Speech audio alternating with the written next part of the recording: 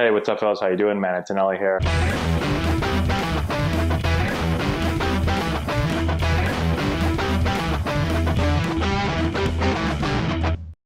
Let's talk about striking out less, because everybody would like to strike out less. How do you do it? Big thing for me, two-strike approach. And the biggest thing with a two-strike approach is most players don't have one. They take the same approach to the plate regardless of the count. So when I'm talking two-strike approach right now, let's not even talk physical. You can make physical adjustments, but let's forget about the physical for a second. Just literally talk about the mental approach and what you can do mentally to stop striking out as much. So, first thing is that I still look for the pitcher's hardest pitch. This works in baseball or softball. Doesn't matter. So, I'm still looking for the fastest pitch, because if I don't, let's say I look for a slow pitch and they throw their hardest pitch. You don't stand a chance. You don't stand a chance. Ball's by you. Exactly. So that's one approach some players will try to take. They'll try to guess, oh, I'm gonna sit something slow because I think they're probably gonna go slow here because it's two strikes. You can't flip a coin and just guess with two strikes, because if you guess wrong, you're out. It's not even a coin. They throw like 3 or 4 pitches. There's 4 different coins. Yeah, There's exactly. 2 different coins you got to worry about. There's too many chances that you're going to guess wrong eventually. 100% right, exactly. So you can't guess, right? So you're going to, first step, you're going to look for the hardest pitch that the pitcher throws, all right? You're going to try to hit that ball to the opposite field gap. So you're a lefty, you would try to hit it basically through the shortstop's head. Yes. I'm a righty, I'm going to try to hit it through the second baseman's head.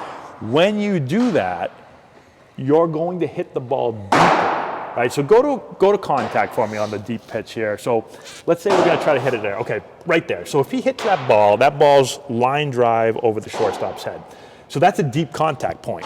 If you were going to hit it to the second baseman, right, you're going to hit it more, you're going to hit it more out there, right? So because you're hitting the ball and you're thinking about mentally hitting the ball to the shortstop as a lefty, the second baseman as a righty, you're going to let the ball travel. You're going to hit it deeper.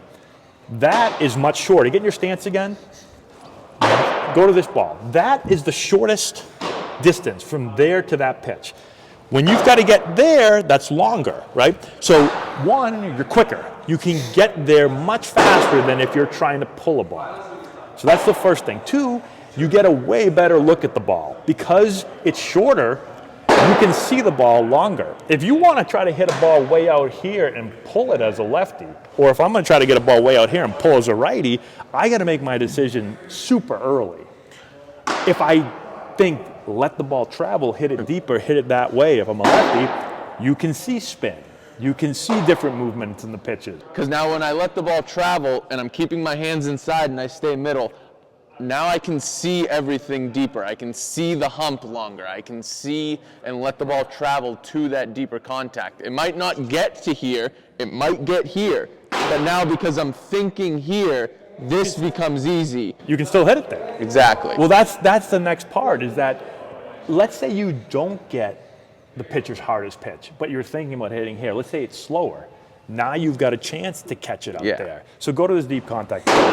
So if you're thinking hit that hardest pitch there and it's slower, the slower pitch, boom, you hit it there. So now you've just given yourself a chance to hit the pitcher's fastest pitch and the pitcher's slowest pitch with the same approach. Yep. But you had mentioned if you try to catch the ball out front, yes, you could guess right and blast the ball every now and then. But go to this pitch again. So if you're trying to get to that pitch all the time and it's slower, and it's the ball still here, your bat is there, and that's where you see so many hitters go, oh, and they're way out there, and then they give themselves no chance. I always say the goal with 2 strikes, increase the chances of putting the ball in play. So if you increase the probability of putting the ball in play, good things can happen. The only way to do that is to have that approach. You can't guess. You can't have no approach and say, I'm just going to smash this ball to the pull side, because then you don't give yourself a chance on anything else. And then, again, you might still hit for a little bit of power, but you're never going to be consistent. So that would be my biggest advice. as a simple approach, we can talk about physical adjustments in another video, but just a simple two-strike approach, having that sit on the pitcher's hardest pitch and drive it to the opposite field gap, and then it still allows me to hit the slower pitch out front. Now I can hit 2 pitches with one approach. You can't get a much better chance of putting a ball in play than that. I agree. And the way I think of it is the first 2 strikes are the hitter's strikes. They're yours. Yep.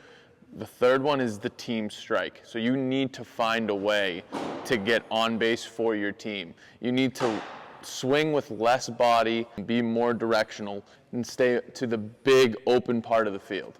Yeah, and I heard Dante Bichette once say that you earn the right to try to hit the ball out front. So if you get up in the count, now you can start really looking to hit the ball out here. But if you're at 2 strikes, you haven't earned that right. Exactly. Now you have to do work more deeper in the zone, right? Like you said, a team at bat. Exactly. You can't just be selfish and say, oh, I'm still going to try to party out front here, because you may blast one out of 20 times, but you're also going to strike out half the time, maybe more than that. Exactly, and how you just said, like, so when I'm up in the count, I've earned the right. When I'm down in the count, he earned the right. Yeah, right, exactly. So now I might be playing at his game, but I still got to play the game. I can't just say, oh, we're just going to swing. Yeah, exactly. You still have to have a plan. Exactly. And an approach to attack them.